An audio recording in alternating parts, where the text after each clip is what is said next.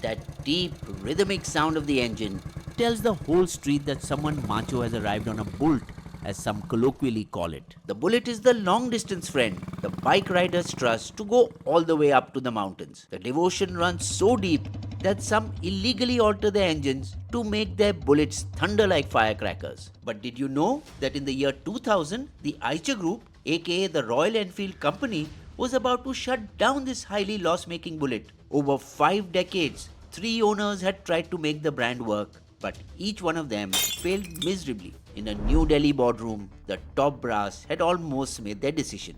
But then, a 26-year-old stood up and asked for one last chance. Though they didn't believe in him, they still gave him the chance. Not just because he was the son of Eicher Motor CEO Vikram Lal, but also because the young Siddhartha Lal had technical expertise in automotive engineering, and he had always ridden his father's Bullet and had built a deep passion for it. Originally a military hardware company in England, Enfield Cycle Company built its first motorcycle in 1901 with the slogan "Made like a gun." In 1931-32, the Bullet model was born, perhaps taking the gun reference further. Even though the bikes performed exceptionally well for soldiers in the two world wars, when civilians started riding them after 1945, they faced high maintenance, frequent breakdowns, and heavy frames that made it hard to handle. Meanwhile, Japanese motorcycles had also entered the British market with lighter, cheaper, more reliable bikes. So looking at the rapidly collapsing UK operations, the Enfield company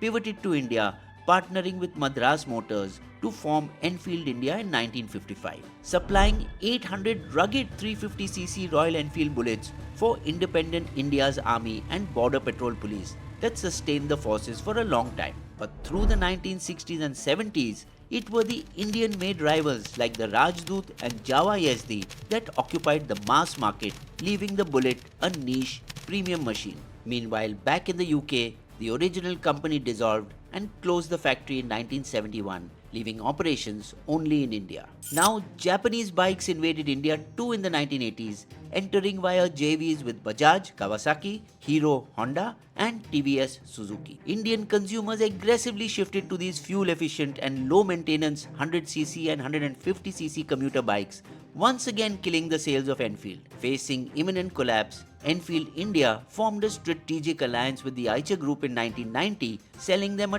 26% equity stake to keep the production lines running. Back then, Eicher produced tractors and commercial vehicles and invested in Royal Enfield just to leverage its unused manufacturing capacity. But by 1994, it was interested enough to acquire the entire company, renaming it Royal Enfield Motors Limited, and tried to revive the brand. But zilch, nothing, as sales fell to 2,000 units a month against a 6,000 unit capacity, with the company running at a 1/3 utilization for the next 6 years. So the board made its decision.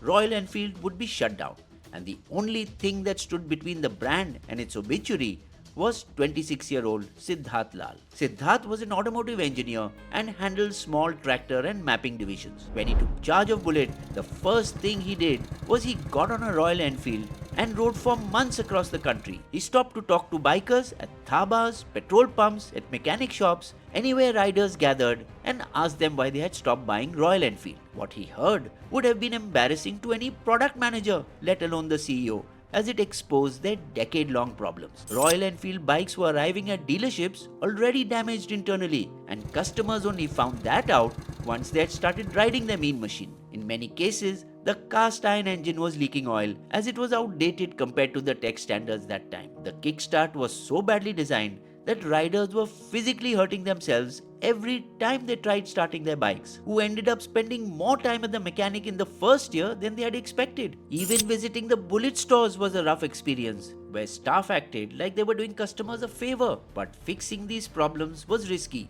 because the same flaws that made the Bullet painful was also what made it feel authentic to its loyal fans. That is why Royal Enfield stayed stuck for years, as fans loved it as a symbol but rejected it as a modern motorcycle. So, armed with all these insights from his interactions with fans, Lal began making major changes. The first big structural decision was selling 13 of Eicher's 15 businesses, footwear, garments, tractors, components, and shifted the entire focus to just two, Royal Enfield and truck. Then he overhauled packaging and logistics, so bikes arrived at dealerships undamaged. The most consequential technical fix was combining engine and gearbox in one casing while switching from a cast iron engine to an aluminum one, which is 3 times lighter by volume. This engine change alone dropped 15 to 20 kgs of the bike's weight, transforming handling, acceleration, braking, and fuel efficiency all in one move. The stores were rebuilt into modern spaces with retro, loud, and aspirational design,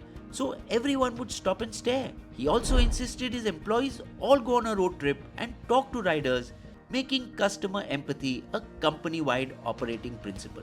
But they were still selling only 25,000 bikes a year, because maybe in the 2000s, Bajaj Pulsar was becoming the symbol of fast city biking among college boys and office riders. And for Eicher to make a profit, the factory needed to make and sell 100,000 bikes a year to cover its basic bills. So Siddhartha organized events like Rider Mania, a 3-day festival combining motorcycles and music, which drew thousands of riders, turning customers into a tribe. Similar to what Aman Gupta tried with his audio brand Boat. Watch Bisbo's story. However, unlike Boat, Enfield took a completely different route, building its appeal around heavier, more macho vibe that looked more like a personality cult. All the while behind the scenes, Siddhartha kept improving the supply chain, tightened factory quality, and made the motorcycle less painful to own. It organically built a massive cult following in India, as several major Hindi films like Zindagi Na Milegi Dobara and Jab Tak Hai Jaan featured these bikes. And by 2010, in 5 years,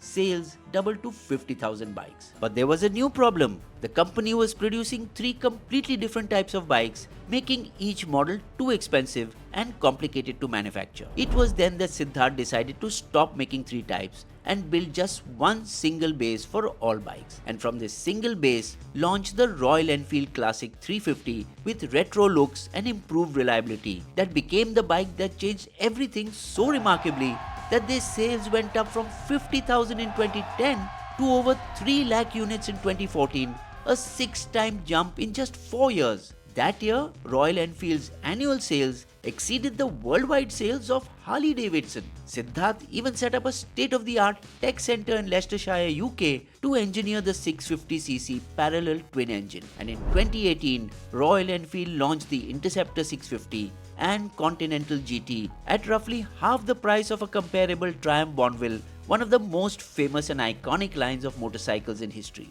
This launch marked a satisfying historical loop, where the classic British band that went bust in the UK and survived purely on an Indian lifeline returned to Britain, designed to make its global comeback. The Interceptor even won Motorcycle News Retro Bike of the Year award multiple years running. By 2023, Royal Enfield sold 920,000 motorcycles in a single year, 36 times the 25,000 sold in 2005. Seeing its success, in 2022, Mahindra bought and resurrected Yazdi, which had shut production 20 years ago, targeting the same customer base who buy Enfield, but it has a lot of catching up to do. Royal Enfield now exports to 50 countries, has a direct distribution subsidiary in North America, and runs a new large-scale manufacturing facility near Chennai. It has just launched its very first electric motorcycle called the Flying Fee, with a more modern, light design to appeal to Gen Z. So its next decade will now be decided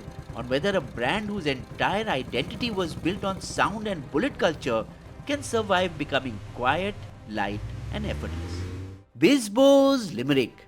Royal Enfield was losing its roar. The board nearly shut every door. Then a young man came and reignited the flame till the Bullet was king once more. You will also find these sources listed in our video description section.